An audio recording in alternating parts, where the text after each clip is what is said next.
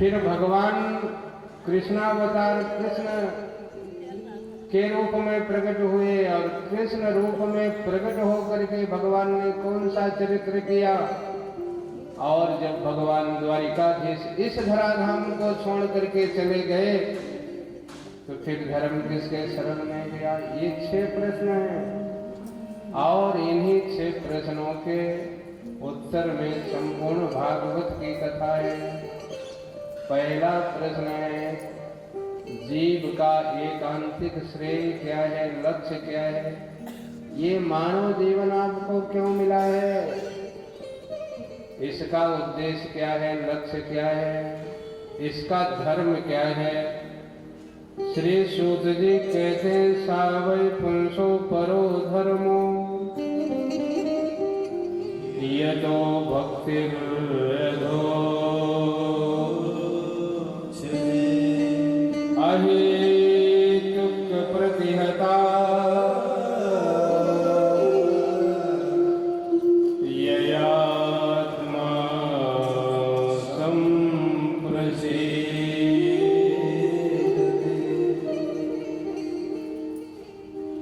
जीव का सर्वश्रेष्ठ धर्म वही है, सर्वश्रेष्ठ लक्ष्य वही है जिस कर्म से, जिस धर्म से भगवान जीव को मिल जाए और जिस धर्म कर्म से परमात्मा प्रसन्न हो जाए वही आपके लिए श्रेष्ठ धर्म है, वही श्रेष्ठ कर्म है, वही श्रेष्ठ भक्ति है। और भगवान इस धराधाम में अवतार क्यों लेते हैं तो आप सब जानते हैं। यदा यदा हि धर्मस्य ग्लानिर्भवति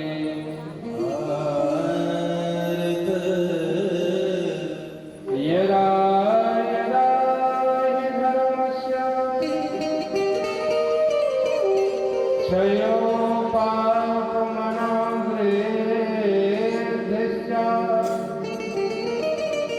तदा तो भगवानीश आत्मानं सृजते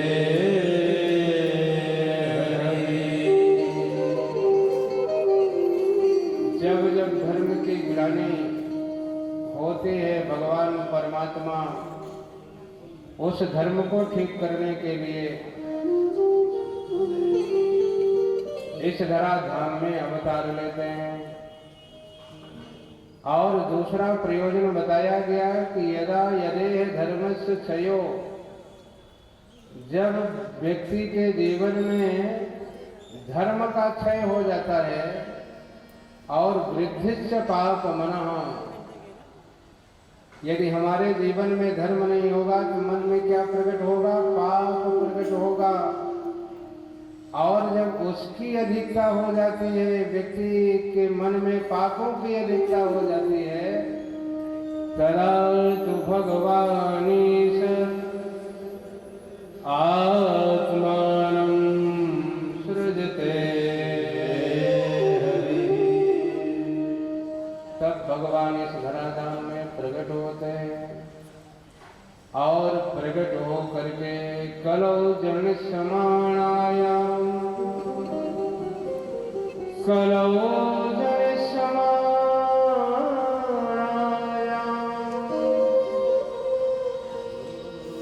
भगवान इस कलि के द्वारा जो उत्पन्न दुख है, शोक है और भय है उसको ठीक करने के लिए अनुग्रहाय भूतानां सुपुण्यं वितनोति। भगवान जन्म भी लेते हैं और जन्म लेकर के अनेक प्रकार की लीलाएं करते हैं भगवान, और अनेक लीलाओं के माध्यम से भगवान हम सबका रंजन करते हैं। और वही जो भगवान की अनेक लीलाएं हैं, जब हम उसको गाते हैं, उसका स्मरण करते हैं, फिर हमारा मन ठीक को होता है। तस्मिन् सत्कर्णपेयूषे यशस्तेऽर्थपरो यशः। तस्मिन् सत्कर्णपेयूषे यशस्तेऽर्थपरो यशः। और क्षीयन्ते चास्य कर्माणि दृष्टैवात्मनीश्वरे। विद्यते हृदयग्रन्थिश्छिद्यन्ते सर्वसंशया। क्षीयन्ते चास्य कर्माणि दृष्टैवात्मनीश्वरे। भगवान इस जगत में प्रकट होकर के जहाँ दुष्टों का संहार करते हैं, धर्म की स्थापना करते हैं, वहीं लोक मंगल के लिए अपने यश कीर्ति का विस्तार करते हैं। वही जो भगवान की यश कीर्ति है, वही जो भगवान की गाथा है, सुमिर सुमिर नर उतर ही पारा। जो उसका आश्रय प्राप्त करता है, जीवन के सारे उत्कर्षों को प्राप्त करता है, उसके जीवन के जितने भी संशय समाप्त हो जाते हैं। क्षीयन्ते चास्य कर्माणि दृष्टैवात्मनीश्वरे। इस प्रकार से भगवान इस धराधाम में आकर के हम सबके लिए कल्याण के लिए पावन अपनी यश कीर्ति का विस्तार करते हैं। और जो भगवान के भक्त होते हैं वो कहते हैं कि भगवान तो सिर्फ मेरे लिए आते हैं। भगवान के आने का प्रयोजन सिर्फ मेरे लिए आते हैं। सो केवल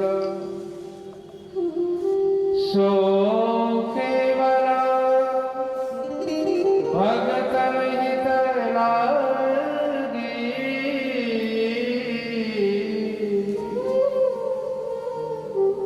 सो केवल भगत हित लागी। भगवान किसके लिए है? भगवान हमारे लिए, भगवान आपके लिए हैं। इसीलिए सबके भगवान अपने हैं, सबके भगवान पर्सनल हैं। और जिस भगवान से प्रीति होती है, भगवान जो भगवान उसे अच्छे लगते हैं उसी से प्रीति होती है। सो केवल भगत हित लागी। धरे वो शरीर प्रणत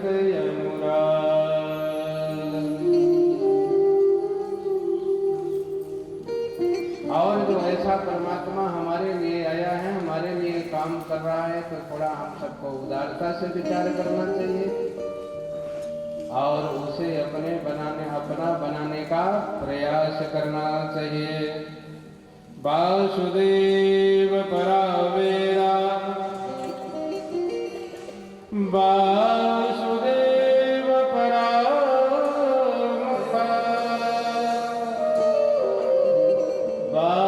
वासुदेव परायोगा वासुदेव पराक्रिया वासुदेव परम वासुदेवं परम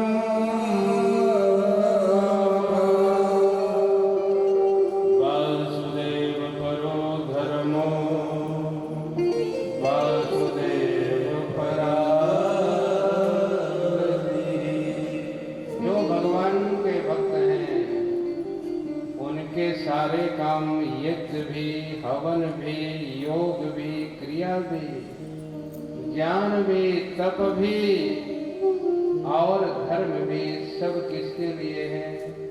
सारे कर्मों का प्रयोजन एकमात्र भगवान वासुदेव हैं, और जो वासुदेव को ही हृदय बना करके कार्य करता है, श्री सूत जी कहते हैं वही इस संसार से भव सागर से पार होता है। बोलिए भक्त वत्सल भगवान की। भगवान के 24 अवतारों की कथा क्रम से श्रीमद् भागवत में आएगी, आप सब श्रवण करेंगे। भगवान कृष्णावतार में अवतार लेकर के जो लीलाएं किया है उसकी भी कथा आगे आप सब श्रवण करेंगे। जो छठवां प्रश्न था कि भगवान जब इस धराधाम से चले गए तो फिर धर्म किसकी शरण में गया, तो भगवान के जाने के बाद धर्म जो है भागवत जी की शरण में गया। ऐसा भागवत जी में निरूपण है। सभी ऋषियों ने श्री सूत महाराज से निवेदन किया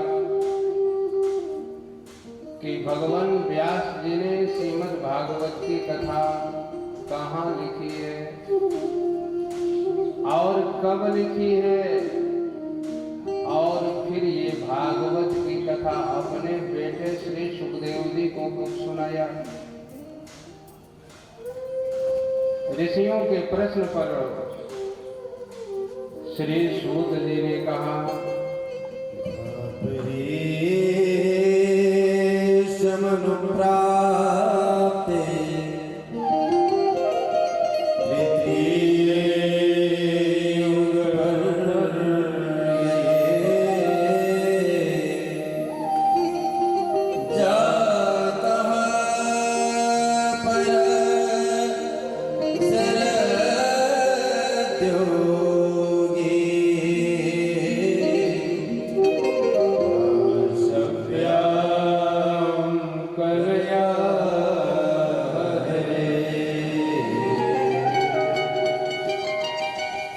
द्वापर के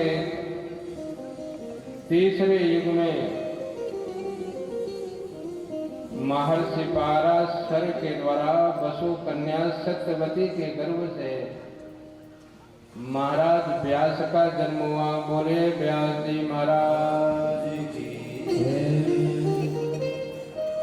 श्री व्यास जी भगवान के कला अवतार हैं, भगवान के ही अंश हैं। 24 अवतारों में एक अवतार श्री व्यास जी का है।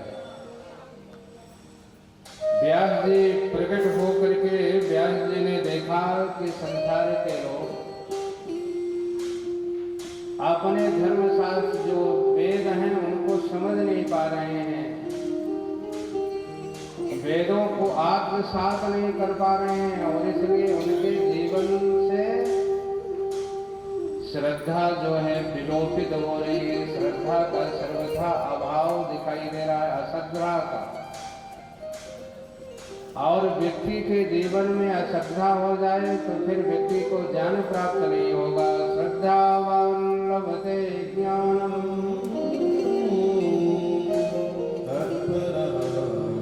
तब श्री व्यास जी ने वेदों का विभाग किया और विभाग करके अलग अलग ऋषियों को सौंप दिया, और वेदों को और सहज सरल बनाने के लिए श्री व्यास जी ने महाभारत जैसे ग्रंथ की रचना किया। और महाभारत ग्रंथ को 5वां वेद के रूप में संत स्वीकार करते हैं, 5वां वेद के रूप में मानते हैं। समाज राष्ट्र के उत्कर्ष के लिए, सभी प्राणियों के सहज से सुलभता के लिए, सबको समझ में आ जाए, सबके लिए ग्राह्य हो जाए, इसके लिए श्री व्यास जी ने महाभारत जैसे ग्रंथ की रचना किया। परंतु एक दिन अपने आश्रम में बैठे थे, सब कुछ किया, भगवान के ही अंश बता रहे हैं, फिर भी उन्होंने विचार किया तथा पिनात्मा तथापि नात्मा परितुष्यते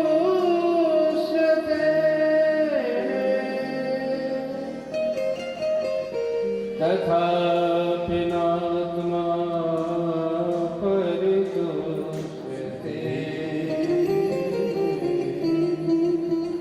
सब कुछ कर लेने के बाद भी मन में प्रसन्नता नहीं है। संसार के प्राणी सबको प्रसन्न करने के लिए तो काम करते हैं। माता पिता प्रसन्न हो जाएं, भाई बहन प्रसन्न हो जाएं, समाज के लोग प्रसन्न हो जाएं, सगे संबंधी प्रसन्न हो जाएं, मित्र यार भी प्रसन्न हो जाएं, परंतु हम प्रसन्न हो जाएं। अपने आत्म कल्याण के लिए व्यक्ति कभी नहीं सोचता है कि हमें हमारा कल्याण किसमें है। हम सबके लिए तो काम कर रहे हैं, अपने लिए कब काम करेंगे। सदियों से चलता है ये आना जाना, सदियों से चलता है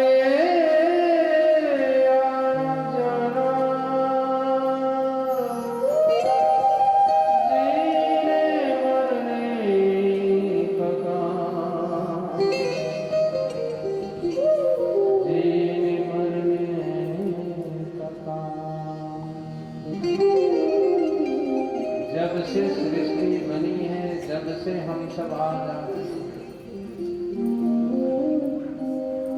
हम कहते हैं कि हमारे पूर्व थे, हमारे पूर्वज, परंतु विचार कर तो करो, हम भी किसी के पूर्वजों के पूर्वज हैं।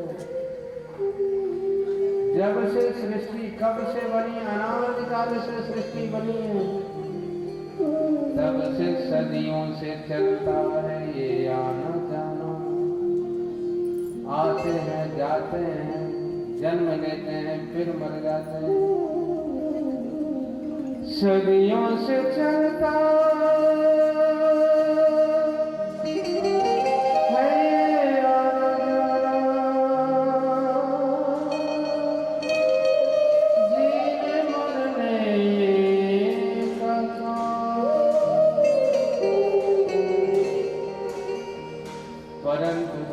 विचार करो कि आ जा रहे हैं और इसी आने जाने में आनंद है, तो आते और जाते हैं।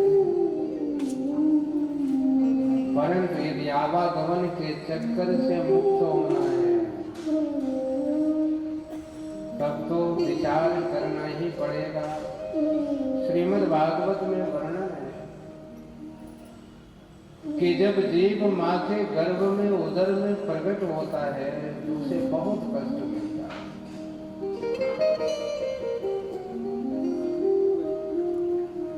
बताइए, मल मूत्र के बीच में रहना पड़ता है जीव को, कितना कष्ट होता है। फिर जो है शरीर का जो अग्नि और शरीर के अंदर का जो ताप है, कितना मुलायम सा बच्चा होता है। इस मनमूत्र में रहता है, फिर उस ताप को भी सहता है, उसका जीवन सिहर जाता है। भगवान से प्रार्थना करता है, प्रभु मुक्त कर दो। बार बार प्रार्थना करता है, भगवान मुक्त कर दो। और तब भगवान कबहू की करे, कबहू की करे करुणा न हृदय, कबहू की करे करुणा।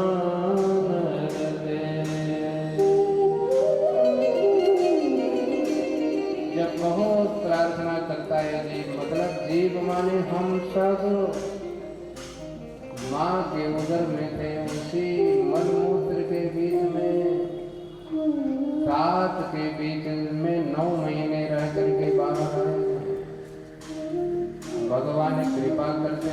वायु के प्रवेश से जीव बाहर आता है। और भागवत में लिखा है कि वायु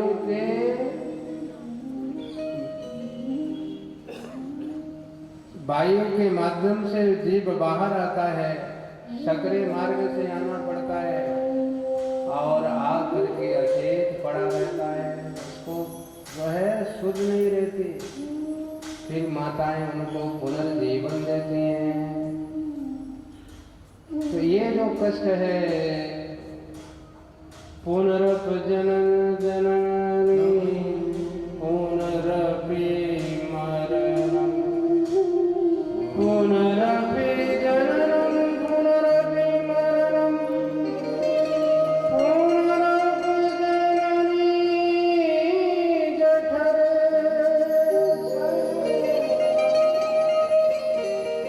पुनरपि जननी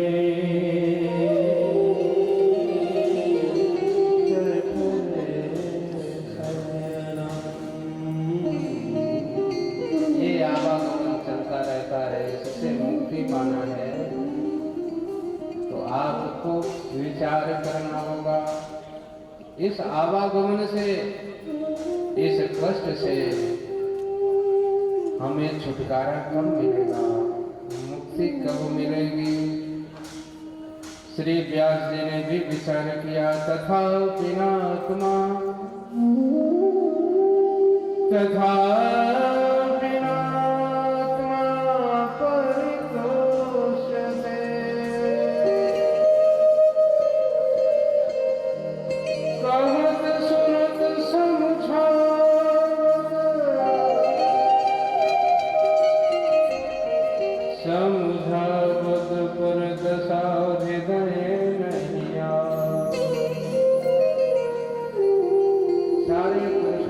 करने में के बाद सारे पद प्रतिष्ठा प्राप्त कर लेने के बाद जब व्यक्ति सयाना हो जाता है,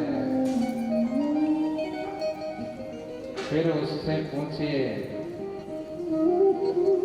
और हम सबने देखा है अटल बिहारी वाजपेयी जी को, इस देश के यशस्वी प्रधानमंत्री, पर अंतिम क्षणों की जिनने उनकी फोटो देखा है, यही संसार का सत्य है। तथापि नात्मा परितुष्यते, इसलिए संसार का भी काम करिए, घर परिवार का भी काम करिए और अपने उद्धार के लिए भी सतत जो है प्रयत्न करते रहना चाहिए। यही मानव जीवन का परम लक्ष्य है। श्री व्यास जी ने कहा कि सब कुछ किया, ग्रंथों की रचना किया, पुराण बनाए, उपनिषदों का निर्माण किया, महाभारत जैसे ग्रंथ का निर्माण किया, इसके बाद मेरी आत्मा में प्रसन्नता क्यों प्राप्त नहीं हो रही है। ऐसा विचार कर ही रहे थे कि वहां पर श्री नारद जी पधारे। बोलिए नारद महाराज। नारद जी आए, श्री व्यास जी ने नारद जी का सम्मान किया, प्रणाम किया, अभिवादन किया और बैठने का जो है आसन दिया। और जब नारद जी जो है आसन पर बैठ गए तो नारद जी ने व्यास जी को देख करके सहजता से पूछ लिया कि व्यास जी आपके मुखार बिंद में प्रसन्नता क्यों नहीं दिखाई दे रही है, आप प्रसन्न दिखाई नहीं दे रहे। और जब नारद जी ने पूछा तो व्यास जी ने छुपाया नहीं, कहा कि भगवान आप ठीक ठीक देख पा रहे हैं, ठीक ठीक समझ पा रहे हैं, मेरे मन में प्रसन्नता नहीं है। और हम सब के जीवन में यदि कोई कमी हो जाए तो हम उसे छिपाने का प्रयास करते हैं, परंतु जो भगवान के भक्त हैं वो छिपाते नहीं। व्यास जी ने कहा कि आप ठीक ठीक से समझ पा रहे हैं, मन प्रसन्न नहीं है। और मैंने इतने सारे पुरुषार्थ किए, सब कुछ कर लिए, सब करने के बाद भी मन में प्रसन्नता नहीं है। अब क्या करें? तो श्री नारद जी ने कहा कि आपने सब कुछ किया है, बस अपने लिए कुछ नहीं किया। अभी तक आपने राष्ट्र समाज के कल्याण के लिए काम किया, आप अपने लिए काम कर लीजिए। तो कहा कि भगवान बताइए अपने लिए क्या करना चाहिए। तो श्री नारद जी ने अपनी कथा सुना दिया और उस कथा के माध्यम से श्री व्यास जी को समझाने का प्रयास किया। श्री नारद जी ने कहा कि आज मैं जो है ब्रह्मा के मानस पुत्र के रूप में आपके सामने हूं, पर इसके पहले मैं पीछे जन्म में एक दासी का पुत्र था। दासी का पुत्र होने के कारण मेरे जीवन में बहुत सारे ऐसे सत्कर्म नहीं थे। मेरी माँ सहज थी, साधारण थी, किसी के यहाँ काम करती थी, मैं भी उसके साथ रहता था। मेरी उम्र कम थी, 5 वर्ष की मेरी उम्र थी, परंतु भगवान ने कृपा किया, जहां माँ मेरी काम कर रही थी उस जगह अचानक संत महात्मा आ गए। और संत महात्मा आ गए, सहज रूप से मैं संतों के पास जाकर के बैठ गया। संत जो पूजा करते थे, पाठ करते थे, उस पूजा पाठ को देख करके मेरे मन में उस चर्या का आविर्भाव हो गया। मेरे मन में भी ये विचार आने लगा कि काश मैं भी इन्हीं की तरह भगवान की पूजा करता, अर्चना करता, वंदना करता। प्रथम भगति संतन कर संगा, दूसर रते मम कथा प्रसंगा। प्रथम भगति संतन कर संगा, दूसर रते मम कथा प्रसंगा। प्रथम भगति संतन कर संगा,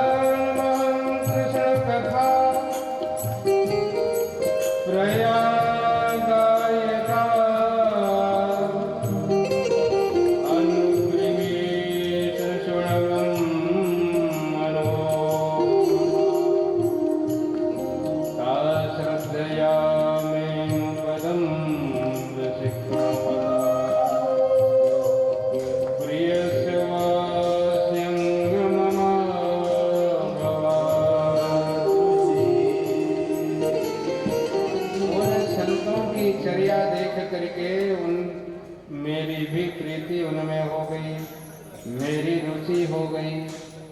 और इतना हो जाने के बाद उन संतों की सेवा में मैं लग गया, उन संतों की सेवा करता और जो प्रसाद मिलता उस प्रसाद को पाता। संतों का चातुर्मास समाप्त हो गया, जाने के लिए तैयार हो गए। मैंने जाकर के संतों से निवेदन किया कि मुझे भी अपने साथ ले चलिए। संतों ने रोक दिया कि भी आपकी माँ है और आप अपने माँ के लिए एकमात्र आश्रय हैं। फिर संतों ने मेरे कल्याण के लिए सुंदर मंत्र दिया है, नमो भगवते तुभ्यं वासुदेवाय धीमहि प्रद्युम्नाय निरुद्धाय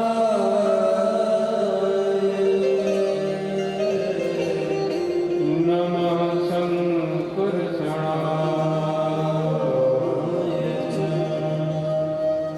प्रद्युम्नाय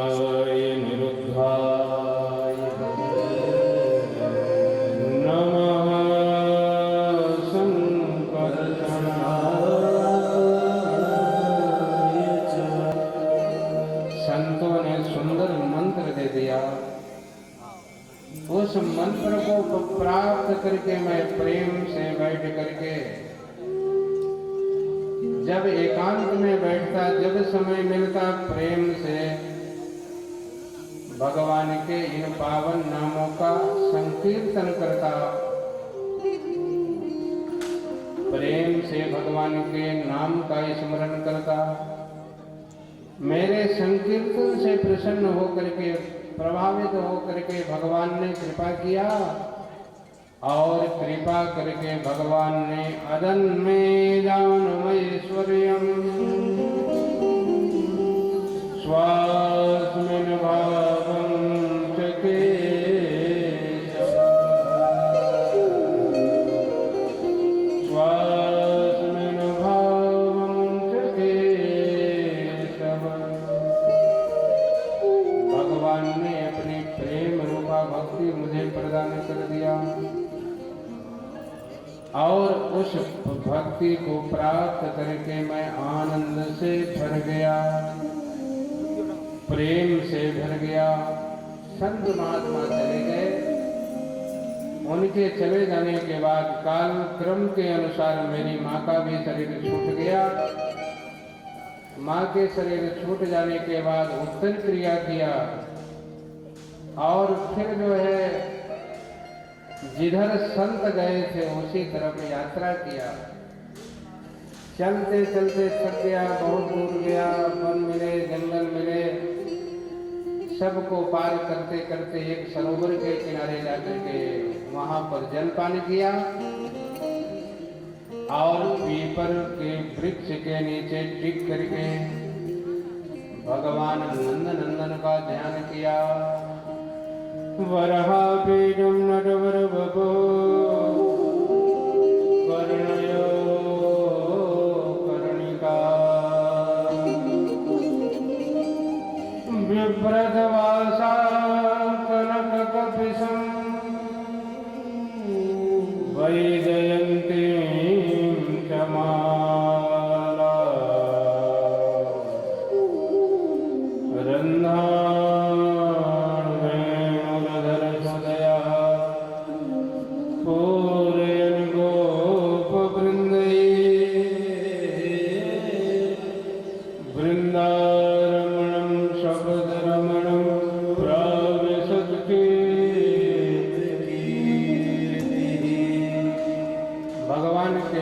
स्वरूप का ध्यान किया।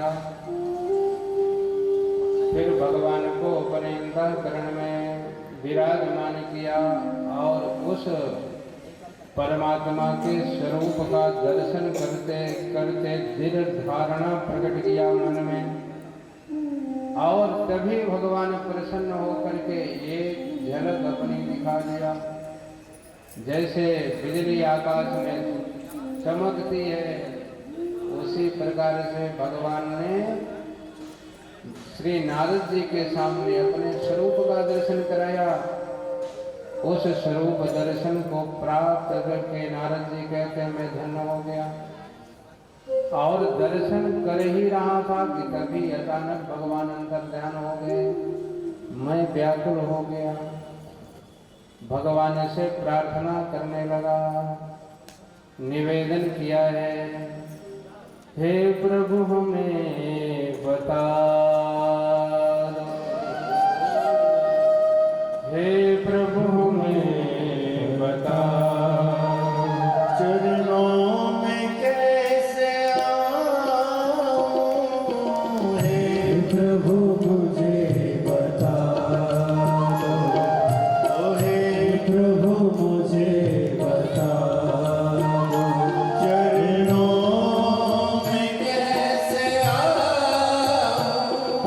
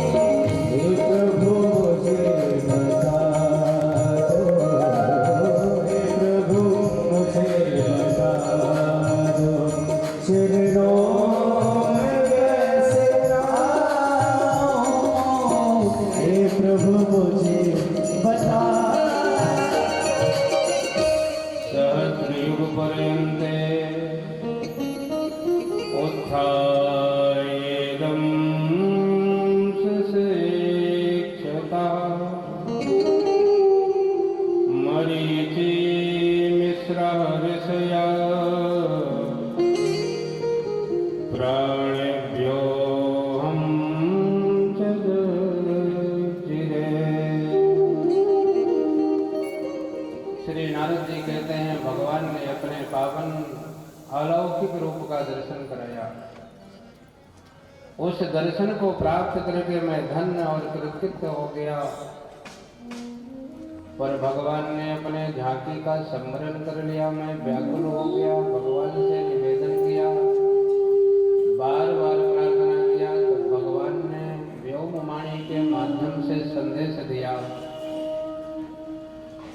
कि इस जीवन में बस इतना ही दर्शन आपके लिए, आगे आप मेरे भक्त बनेंगे। मैं भगवान के पावन नामों का स्मरण करता हुआ बस काल की प्रतीक्षा कर रहा था। काल क्रम से फिर आगे चल करके ब्रह्मा के मानस रूप में मैं प्रकट हो गया और नारद के रूप में मुझे पदवी मिल गई। भगवान ने कृपा करके मुझे अपना लिया, अपना भक्त बना लिया और भक्त बना करके देवदत्ता इमाम वीणाम स्वर ब्रह्म विभूषिता मूर्छित्वा हरि कथा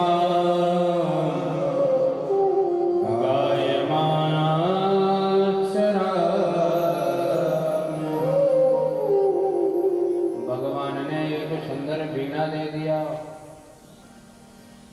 और उस वीणा को मैं बजाता हूँ, भगवान के पावन नाम का स्मरण करता हूँ। और जब भी हमें भगवान से मिलने की इच्छा होती है मैं वीणा बजाता हूँ, भगवान उस पर राग अलापता हूँ। कहा कि भगवान ने एक वीणा दिया, वीणा में क्या है, स्वर है और ब्रह्म है। संदेश स्पष्ट दिया है कि भगवान ने हम सबको भी तो वीणा दिया है। ये शरीर ही वीणा है, इसमें स्वर भी है और ब्रह्म भी है।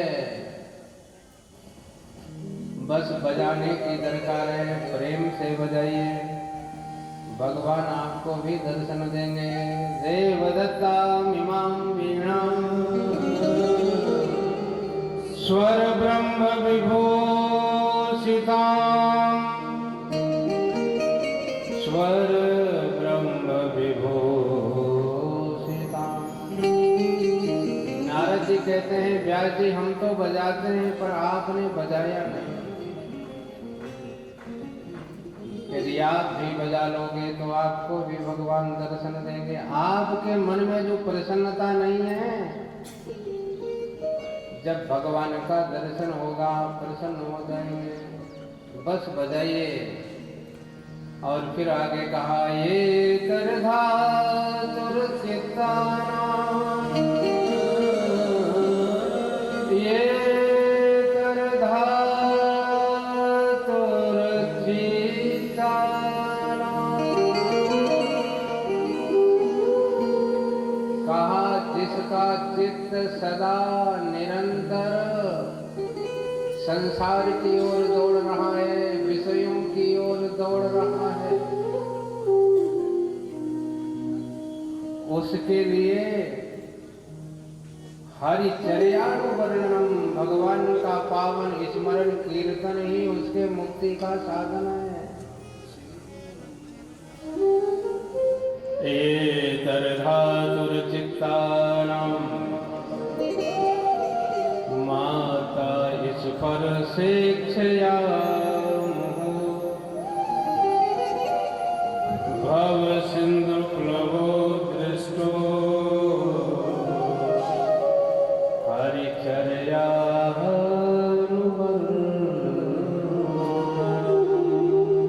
श्री नारद जी ने कहा कि व्यास जी आपको जो बीमारी हुई थी ना, उस बीमारी की मैंने औषधि बता दिया है। बीमारी कौन सी है, कहाँ तथापि नात्मा परितुष्यते नहीं। आत्मा में प्रसन्नता नहीं है इतने सब काम कर लेने के बाद। और संदेश स्पष्ट है कि हम सब भी काम करते करते थक जाते हैं, विश्राम करते हैं, फिर काम करते हैं, फिर भी प्रसन्नता शांति को प्राप्त नहीं करते। श्री नारद जी ने कहा यही संसार की बीमारी एतर धातुर चित्तानाम, जिसका चित्त बार बार दौड़ रहा, शांत नहीं हो रहा है, सारे प्रयत्नों के बाद भी शांत नहीं हो रहा है, उसके लिए तो दो ही काम करना है, हरिचर्यानुवर्णनम और भगवान का कीर्तन, वीणा बजाना है। अब भैया आपको भी शांति चाहिए तो बजाइए। नारद जी ने कहा हमें तो शांति मिली, मैं तो बजाता हूँ। श्री व्यास जी को समझाया है और समझा करके वीणा को उठाया और बजाते बजाते चल दिए। श्री व्यास जी समझ गए और जा करके अपने आश्रम में व्यास गुफा में, हिमालय की तराई में व्यास गुफा में बैठ करके भगवान का पावन ध्यान किया। और ध्यान करके व्यास जी ने भगवान के पावन स्वरूप का दर्शन किया। भक्ति योगेन मनसि सम्यक प्रणहिते मने आपश्यत यद पुरुषं पूर्वं माया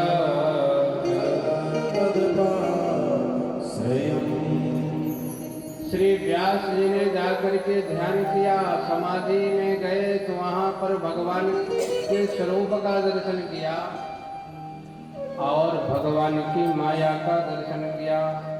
और इसके साथ ही व्यास जी ने देखा यया सम्मोहितं जीव आत्मानं त्रिगुणात्मकम्। इसी माया के वशीभूत होकर के जीव बंधन में फंसा है और जो है भ्रमण करता रहा, फिरत सदा माया करते। और व्यक्ति के जीवन में जो अनर्थ की जड़ है यही माया है। और ये भगवान की माया कैसे ठीक होगी? माया से मुक्ति व्यक्ति कैसे पाएगा? माया से पार कैसे जाएगा? इसके लिए श्री व्यास जी ने समाधि में जा करके भागवत भगवान की जो है रचना किया। बोलिए भागवत भगवान की जय। व्यास जी ने ध्यान लगाया, उनके मनस पटल पर ये भगवान की पावन दिव्य लीला प्रकट हुई और उसी लीला को भागवत के रूप में प्रकट किया। प्रकट करके उद्घोष किया, यस्याम वैसोयमाणाया कृष्णे परम पौरुषे भक्तिरनुपद्यते पुंसा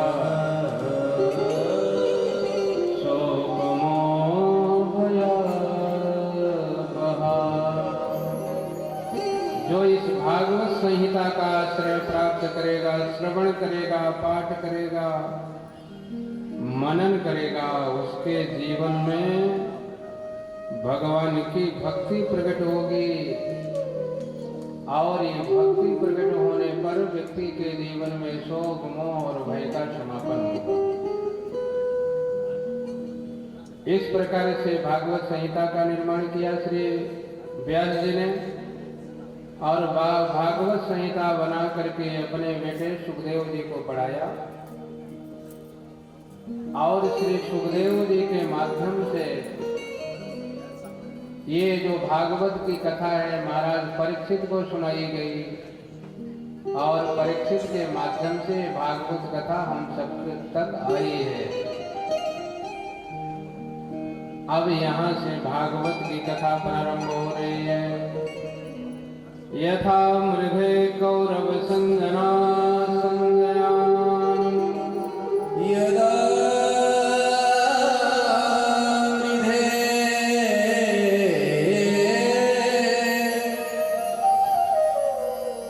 यदा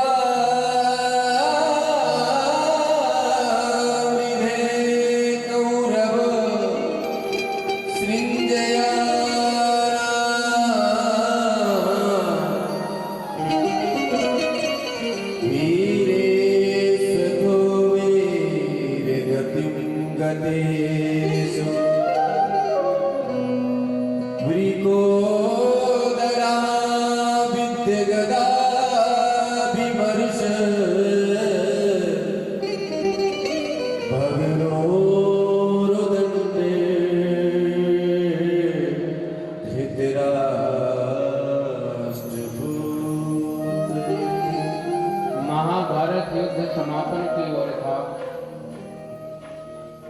श्री भीमसेन की गदा से दुर्योधन की जंघा टूट गई है। दुख से करा रहा था। तभी उसका जो मित्र है अश्वत्थामा वहां पर आया। अश्वत्थामा से दुर्योधन ने कहा कि मित्र, मेरे जीवन का एक ही दुख है। मेरे जितने स्वजन थे सारे के सारे स्वजन भाई मारे गए इस महाभारत के युद्ध में, परंतु 5 पांडवों में से एक भी नहीं मरा। एक भी मर जाता तो मुझे शांति मिलती, मैं भी शांति से मर जाता। अश्वत्थामा ने कहा कि मित्र, सब पर भरोसा किया, मुझ पर भरोसा किया नहीं। एक बार मेरे ऊपर भी भरोसा कर लीजिए। अभी भी महाभारत युद्ध समाप्त नहीं हुआ है, आप जीवित हैं। दुर्योधन ने टीका कर दिया, सेनापति बना दिया। कृतवर्मा के साथ रात्रि में पांडवों के शिविर में गया। जहां 5 पांडव सोते थे वहीं पर आज पांचाली के 5 पुत्र सोए थे। अंधेरे का आश्रय लेकर के अश्वत्थामा जाकर के सोए हुए 5 पुत्रों के सिर को काट देता है और झोली में रख करके ले जा करके अपने मित्र दुर्योधन को देता है और कहता है कि मित्र देखो, आप 5 पांडवों में एक की बात कर रहे थे, मैं 5 के 5 पांडवों का सिर आपको भेंट कर रहा हूं। अब आप प्रसन्न हो जाइए। दुर्योधन ने कहा कि मित्र, तुम ये काम किए हो पर मुझे भरोसा नहीं हो रहा है। उन 5 पांडवों के रखवाले द्वारिकाधीश हैं, उनके रहते हुए तुम उनका वध कर लिया है, मुझे भरोसा नहीं हो रहा है। परंतु लाए हो तो सबसे पहले मुझे भीम के का सिर दीजिए। उसने भीम के बेटे का सिर निकाल करके दे दिया। सबसे बड़ा भीम के बेटे का सिर था। और जैसे ही दुर्योधन ने परीक्षण किया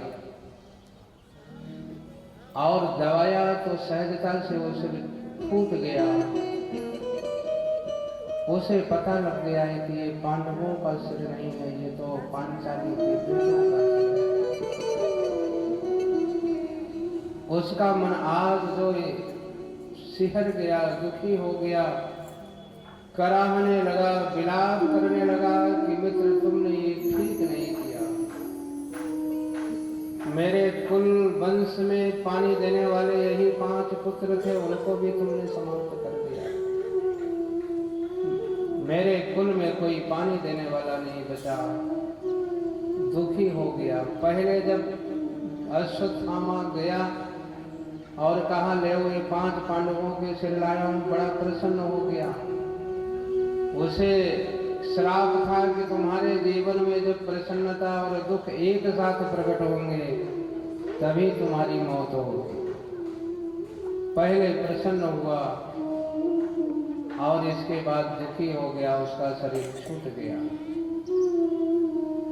इधर 5 पांडव भगवान द्वारिकाधीश के साथ देव दर्शन के लिए गए थे। वापस सुबह आते हैं और इधर पांचाली भी सुबह जब देखी तो आज उसके 5 पुत्र मारे गए हैं। माता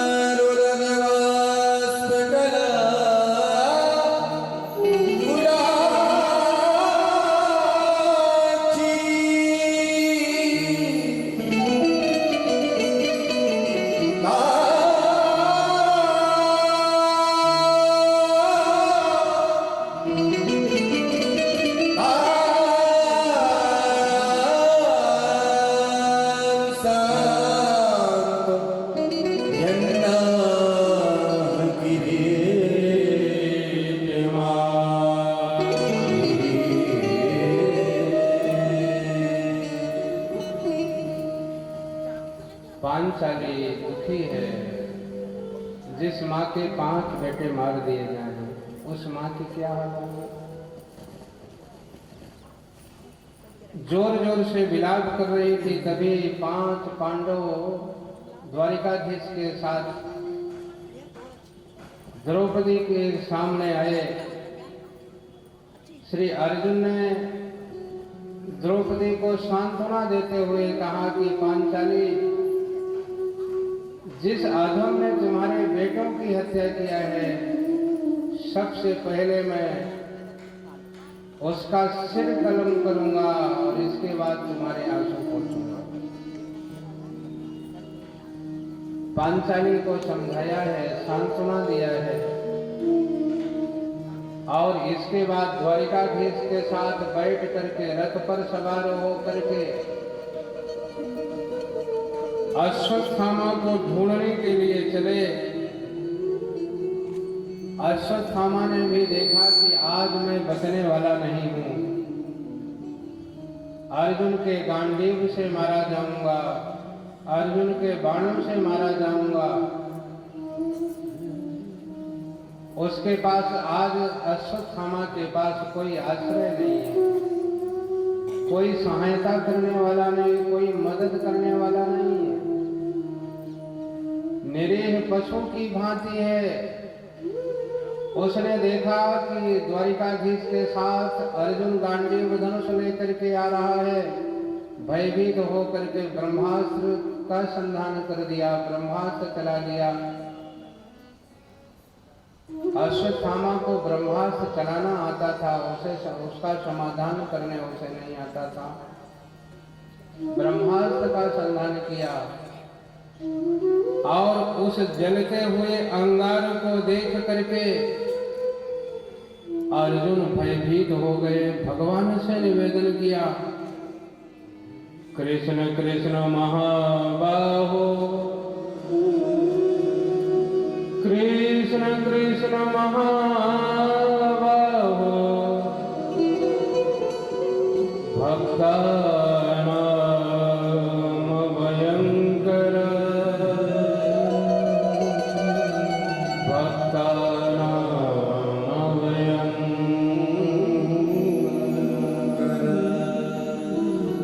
भगवान द्वारिकाधीश से निवेदन किया कि भगवान मेरी रक्षा करिए, कृष्ण मेरी रक्षा करिए, मेरी रक्षा करिए। ये अंगार जो सामने से आ रहा है मुझे जला देगा, मुझे भस्म कर देगा।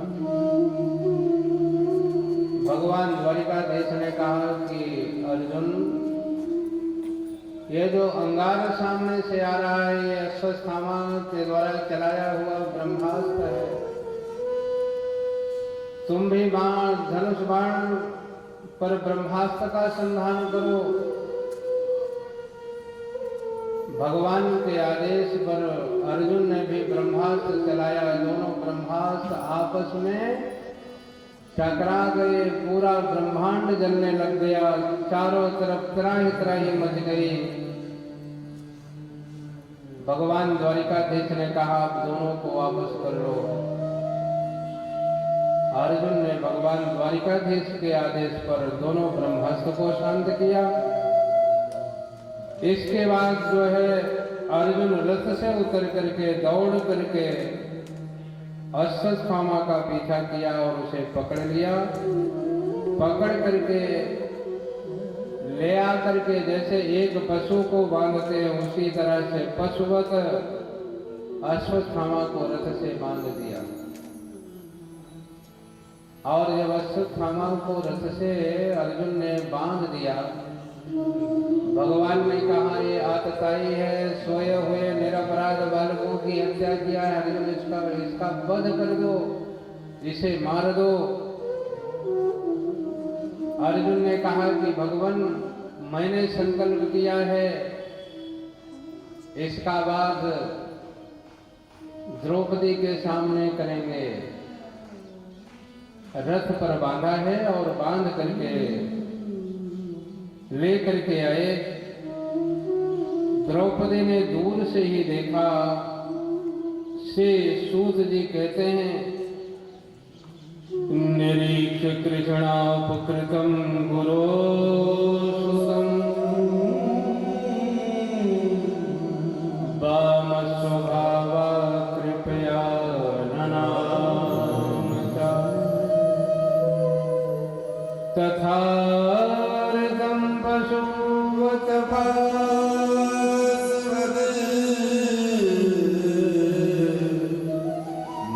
मवामुखं कर्म जुगुप्सितेन। संसार में जो निंदित कर्म करता है, जो गलत काम करता है, कर्म जुगुप्सितेन, उसका माथा नीचा हो जाता है। वो माथा कभी ऊंचा नहीं कर सकता। गुरु का पुत्र हो करके, ब्राह्मण हो करके भी इस गुरु पुत्र ने निंदित कर्म किया है और निंदित कर्म करने के कारण इसका सिर नीचा है। कर्म जुगुप्सित है ना। पांचाली ने देखा और देख करके गुरुपुत्र है, इसलिए मुच्यता मुच्यता में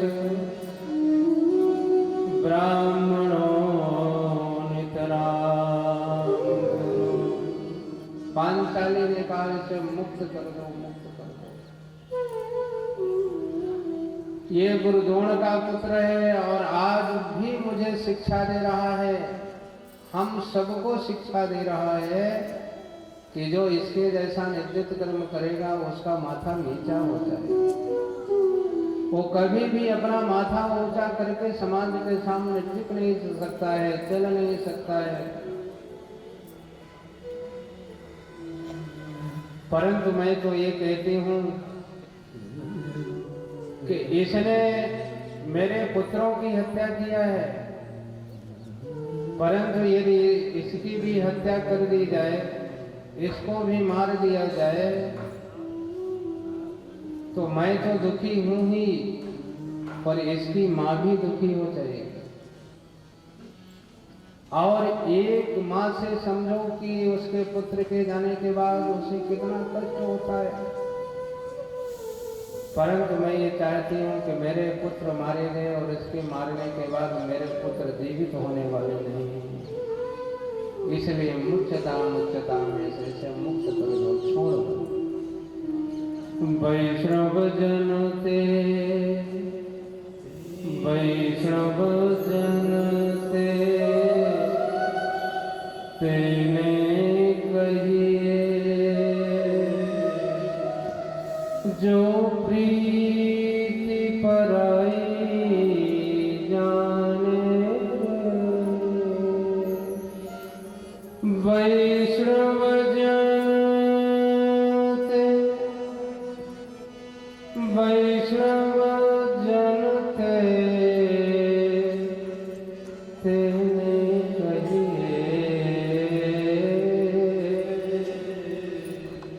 जो प्रीति पराई जाने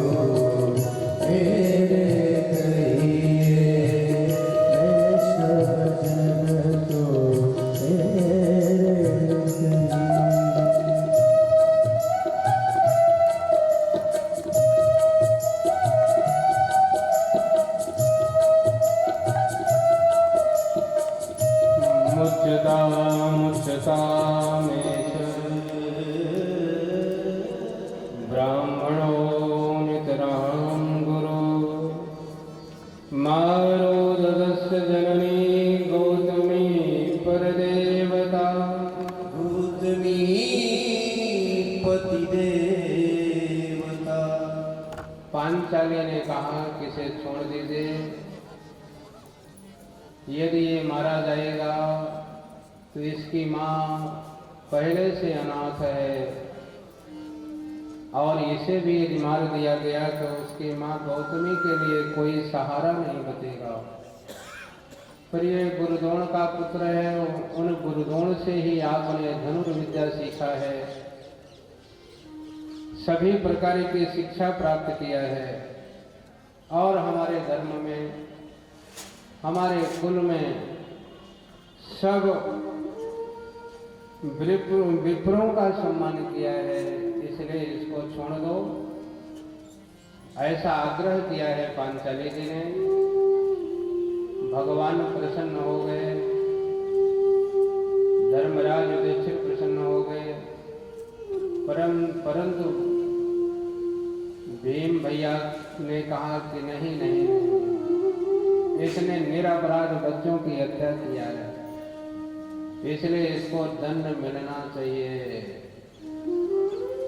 दो ग्रुप हो गए, एक कहता है मत मारो, एक कहता है मत छोड़ो। अब दोनों के बीच में अर्जुन फंस गए। भगवान से निवेदन किया, भगवान से प्रार्थना किया, फिर भगवान के आदेश पर अर्जुन ने अश्वत्थामा का सिर मुंडन किया है, उसके माथे पर जो मणि थी उसको छीन लिया, अपमानित करके, सबसे कठिन जाति अपमाना, अपमानित करके शिविर से धक्का दे करके बाहर निकाल दिया। अश्वत्थामा के मन में और दुर्भावना प्रकट हो गई है पांडवों के प्रति। होना तो ये चाहिए था कि भगवान ने उसे बचा दिया, मौत से बच गया, परंतु ये सब हो जाने के बाद भी वो पांडव वंश को समाप्त करने का संकल्प लिया। फिर से जो है उसने 5 जो है बाण चलाए 5 पांडवों को मारने के लिए,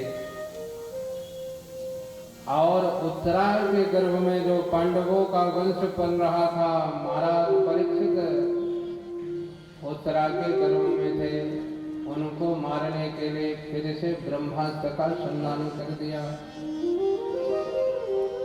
भगवान द्वारिकाधीश ने देखा कि 5 बाण पांडवों की ओर आ रहे हैं। भगवान ने उन 5 बाणों से पांडवों की रक्षा किया और इधर जो है उस ब्रह्मास्त्र को देख करके उत्तरा भयभीत हो गई और भयभीत होकर के भगवान की ओर दौड़ी है। पाहि पाहि महायोगिं देव देव जगत्पते नानं मदभयं पश्ये यत्र मृत्यु परस्परम्। उत्तरा जाकर के भगवान के चरणों का आश्रय लिया, भगवान से निवेदन किया, मेरी रक्षा करिए, मेरे गर्भ की रक्षा करिए। आई हूँ शरण तेरी घनश्याम मुरली वाले, आई हूँ शरण तेरी घनश्याम मुरली वाले। दुनिया की आफतों से हाय, दुनिया की आफतों से करके कृपा बचाए। आई हूँ शरण तेरी घनश्याम मुरली वाले, आई हूँ शरण तेरी घनश्याम मुरली वाले।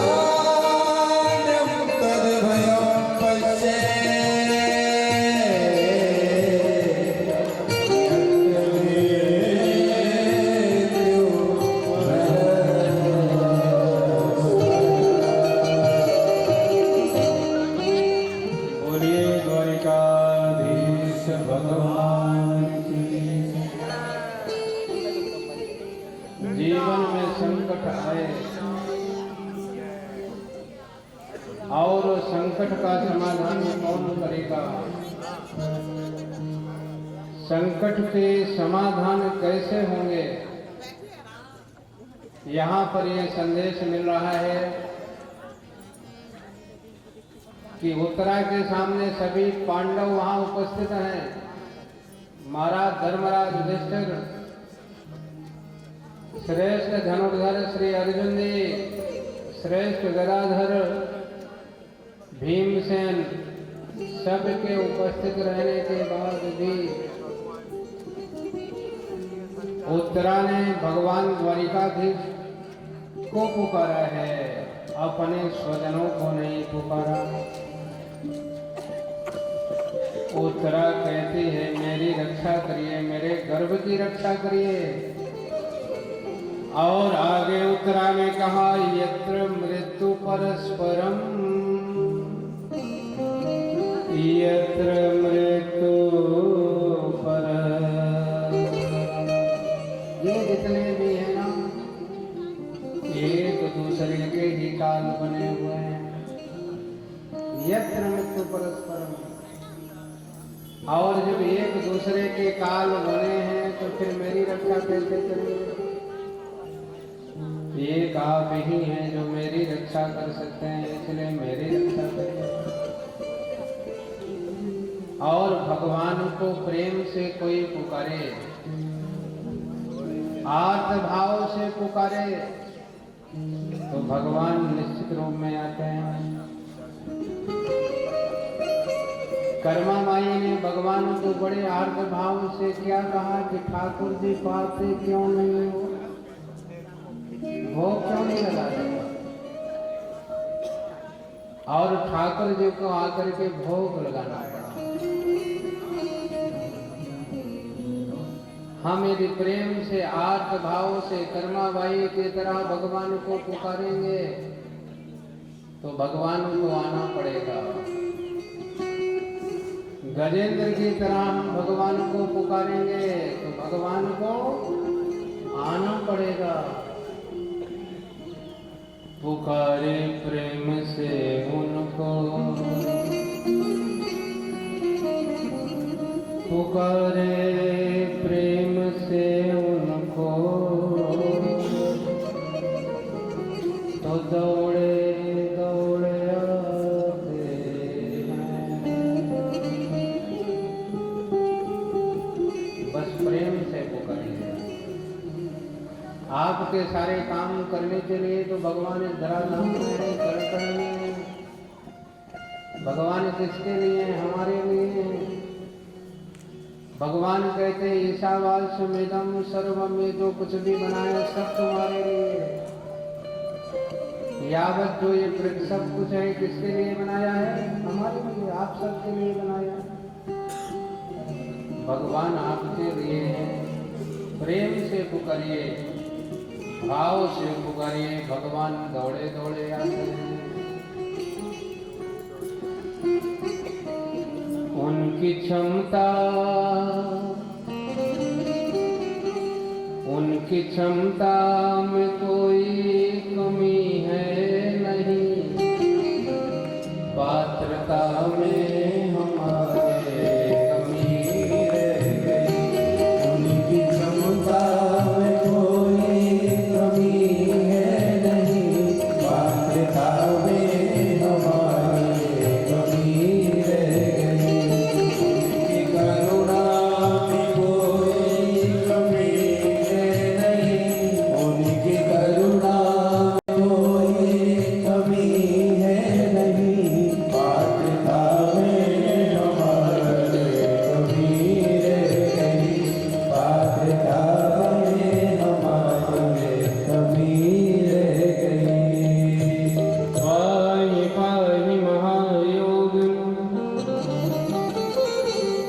देव देव जगत्पते, नान्यं तद्वयं पश्ये, यत्र मृत्यु परस्परम। उत्तरा ने पुकारा, निवेदन किया, भगवान ने निवेदन को स्वीकार किया। और भगवान एक अंगूठे के रूप, छोटे से अंगूठे भर के भगवान चतुर्भुज रूप में प्रकट हो गए। छोटा सा रूप बनाया और जा करके उत्तरा के गर्भ में प्रकट हो गए। बोले चतुर्भुज भगवान। भगवान की करुणा को देखिए, भगवान की कृपा को देखिए कि भगवान कहाँ पहुंच गए, कहाँ। भगवान ये बिल्कुल परवाह नहीं करते कि हमारा भक्त कहाँ पर है। स्वच्छ है, नहाया है, धोया है, अथवा अपने को पावन पवित्र बनाया है, ये नहीं देखते भगवान। भगवान तो भक्त वत्सल है, भक्त वत्सल और भृत्य वत्सल है भगवान। भक्त वत्सल माने जैसे गाय अपने बछड़े को सारे जो उसमें गंदगी लगी रहती है ना, चाट चाट के ठीक कर देती है। वो कभी ये कल्पना नहीं करती कि पहले स्वच्छ हो जाए, स्नान कर ले, ध्यान कर ले, फिर इसको मैं स्नेह करूँ। उसी प्रकार भगवान भक्त वत्सल हैं। हमारे जीवन के जितने असत कर्म हैं उन सबको भगवान साफ कर देते हैं, स्वच्छ कर देते हैं, पावन कर देते हैं। भगवान उत्तरा के गर्भ में प्रकट हो गए, जहाँ मल है, मूत्र है, जठराग्नि का ताप है।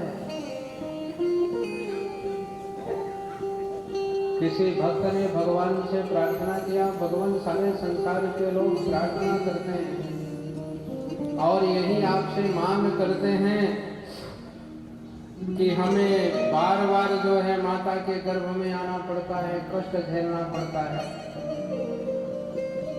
भगवान ने आज विचार किया कि भाई माँ के गर्भ में कितना जीव को कष्ट होता है। भगवान उसी गर्भ में प्रकट हो गए। बोलिए चतुर्भुज भगवान की। और प्रकट होकर के भगवान ने अपने चक्र सुदर्शन से अपनी छोटे, कितने भगवान अंगुष्ठ के बराबर छोटे से भगवान चतुर्भुज रूप में, और अपने चक्र सुदर्शन से उस नवजात महाराज परीक्षित को ढक लिया और अपने गदा को जो है सुरक्षा में लगा दिया। भक्त की रक्षा कौन करता है?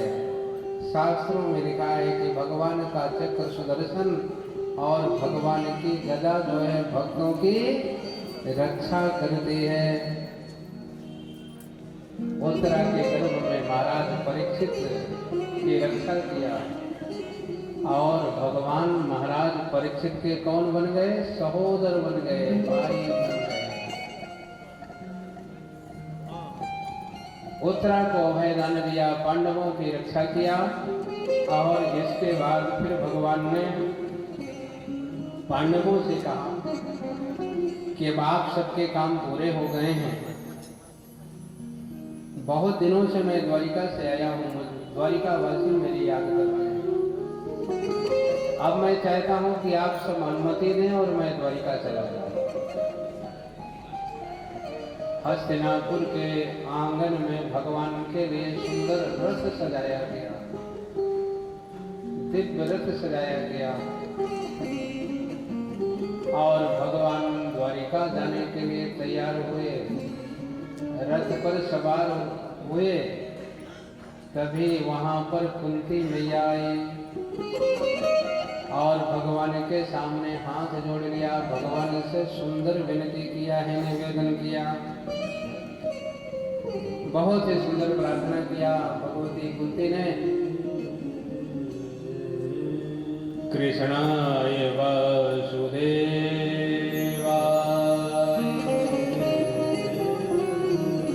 देवकी नंदनाय च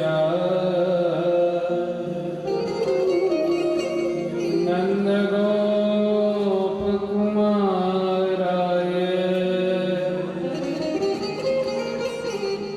गोविंदाय नमो नमः।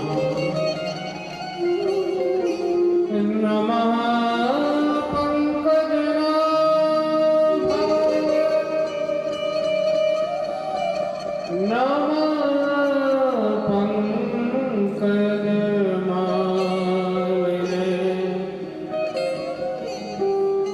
नमः पंकजनेत्राय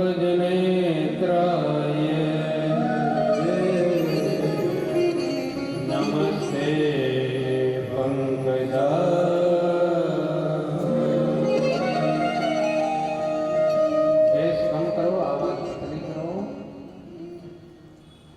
भगवान के सुंदर स्तुति किया है, प्रार्थना किया, भगवान से निवेदन किया। लक्ष्यम सर्वभूतानां अंतर्बहिर्स्थितम्। कहा कि भगवान मैं आपके प्रभाव को जानती हूँ, आपके स्वभाव को जानती हूँ। संपूर्ण विश्व में अलक्षम सर्वभूतानां, सब जगह सब में अंदर और बाहर आप ही स्थित हैं। ऐसे जो सबके अंतःकरण में अंदर और बाहर स्थित जो आप परमात्मा हैं, आपको हम प्रणाम करते हैं। फिर प्रणाम किया। कृष्णाय वासुदेवाय देवकी नंदनाय च। कुंती बुआ ने कहा कि भगवान आप वसुदेव और देवकी के यहाँ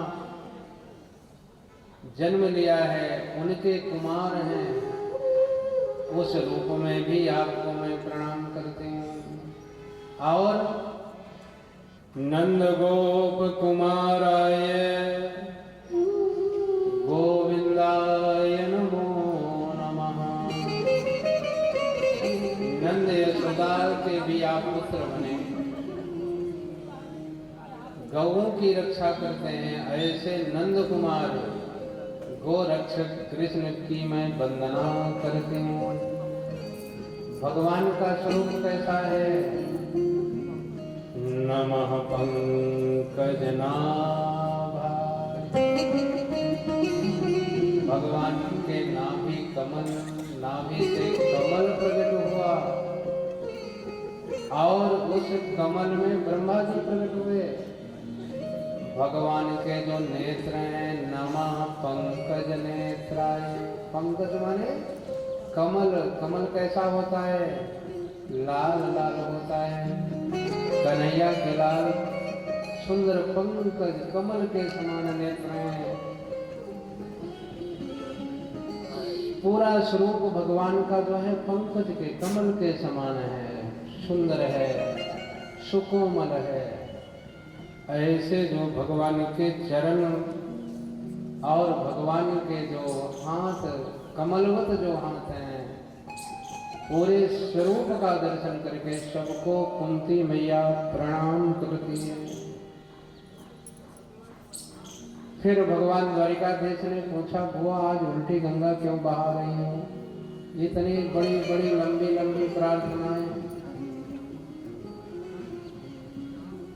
मैया कुंती ने कहा कि कन्हैया आज तो मेरे मन की कर लेने दो। सुंदर प्रार्थना किया है।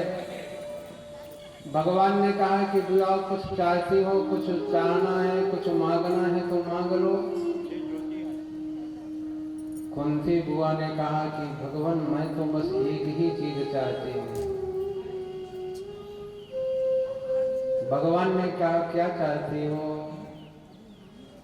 कुंती बुआ ने कहा कि हाँ जो है आप हमें चाहिए, आपसे हमें कुछ नहीं चाहिए। क्या चाहिए? आप चाहिए, आपसे हमें कुछ नहीं चाहिए। परंतु मैंने देखा है कि आप ऐसे नहीं मिलते व्यक्ति को। दुख में सुमिरन सब करे और सुख में करे न कोई। और जो सुख में सुमिरन करे तो दुख काहे को हो। जब जब मेरे जीवन में दुख आया तब तब आप मेरे साथ रहे, और आज जीवन में सुख आया है ये सुख नहीं आया, मेरे जीवन का सबसे बड़ा महा दुख आया कि आप रथ पर सवार हो गए। और देखिए भगवान कई बार हस्तिनापुर आए और गए, कुंती बुआ ने कभी नहीं रोका, कभी इतनी लंबी चौड़ी प्रार्थना नहीं किया, स्तुति नहीं किया, परंतु आज रोक रही है, भगवान को रोक रही है। आज क्यों रोक रही है? उसके मूल में जो भगवान के भक्त होते हैं, जो सज्जन होते हैं, जिन पर भगवान की कृपा होती है ना, वो आने वाली जो भविष्य जो उनको दिखाई दे जाता है। कुंती बुआ को दिख रहा था, उसने अपने बच्चों से कह दिया कि यदि अब इस बार कन्हैया गया तो दोबारा वापस आने वाला नहीं है। और भगवान वापस आए, फिर दोबारा हस्तिनापुर गए ही नहीं। कुंती बुआ ने कहा कि सारे संसार के लोग आपसे सुख मांगते हैं, परंतु हे कन्हैया, दुखों की अगर छां आई न होती, तेरी याद काना आई न हो। और मैंने ये निश्चय किया है कि जब तू दुख में ही मेरे साथ रहता है तो दुख ही दे देना।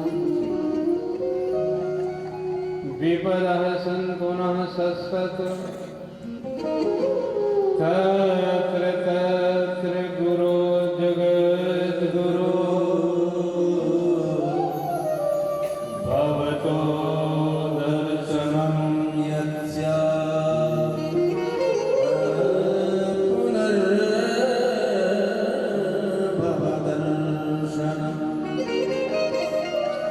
सारे संसार के लोग भगवान से सुख मांगते हैं।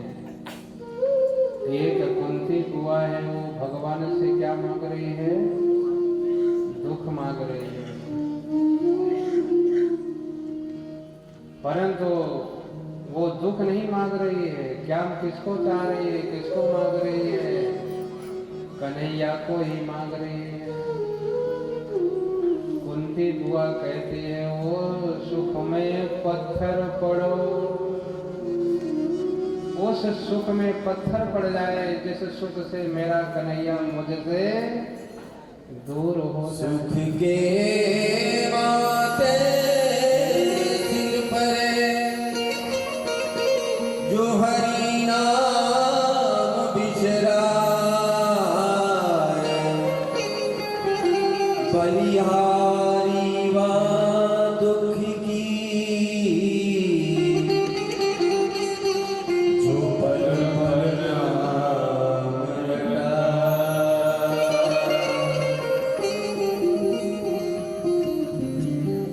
कुंती बुआ ने कहा कि भगवान मुझे दुख दे दीजिए।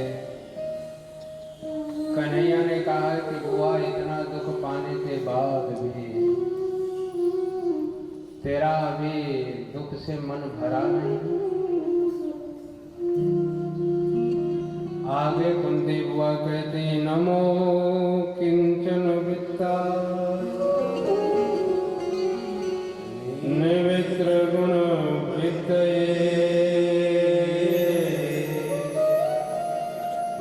आत्मा रामाय संताय कैवल्यपतये नमः। मैया ने कहा कि भगवान आप नमो किंचन वित्ताय, जो अकिंचन है, जिसके पास कुछ नहीं है, उसके आप धन हैं। नमो किंचन वित्ताय, जिस व्यक्ति के पास कुछ नहीं है, निर्बल के बलराम। नमो किंचन वित्ताय। फिर मैया ने कहा कि भगवान, मुझे आज आपके बचपन की याद आ रही है। जब मैं मायके गई थी तो एक दिन आपने मैया की मटकी को फोड़ दिया था और मैया ने अपने हाथ में छड़ी ले लिया और उस छड़ी को देख करके आप इतने भयभीत हो गए थे, इतने भयभीत हो गए कि मैया ने जो आपके आंख में काजल लगाया था ना, आपके आंखों से टप टप आंसू निकले और वो काजल के साथ पूरे गाल में छप गया आपका काजल। और आज हम उसकी याद करके मोहित हो रहे हैं। मुझे वो बात याद आ रही है। आई आई रे कनाई तेरी याद आई, आई आई रे कनाई तेरी याद आई, आई आई रे कनाई तेरी याद आई, आई आई रे कनाई तेरी याद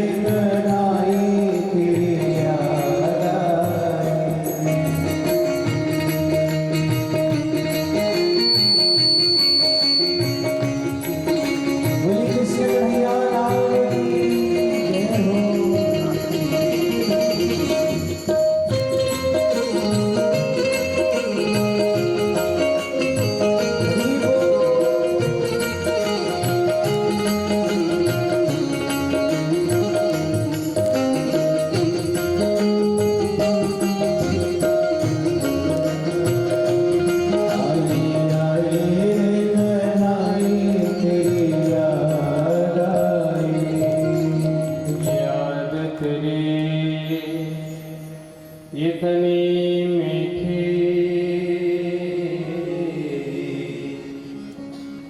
याद तेरी